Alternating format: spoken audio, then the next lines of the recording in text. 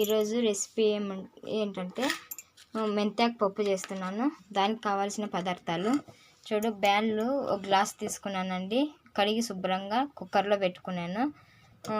టమోటాలు 3, పచ్చిమిరపకాయ, కొత్తిమీర, చింతకాయ, కొంచెము ధనియాల పొడి, పసుపు పొడి, ఉప్పు, తగినంత ఉప్పు వేసుకోండి. టమోటా, ఎర్రగడ్డ వేస్తున్నాను. చూడండి, ధనియాల పొడి, ఉప్పు చూడండి. దాంట్లోకి కొన్ని వాటర్ యాడ్ చేసుకుంటున్నాను. చూడండి 3 విజిల్లు వచ్చినాయి. బాగా నింపుతున్నాను. ఇప్పుడు చూడండి పప్పు ఎనిపేసినాను.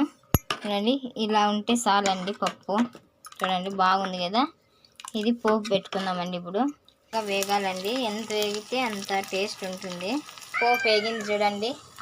పోపు వేగింది. స్టవ్ ఆఫ్ చేస్తున్నాను. తర్వాత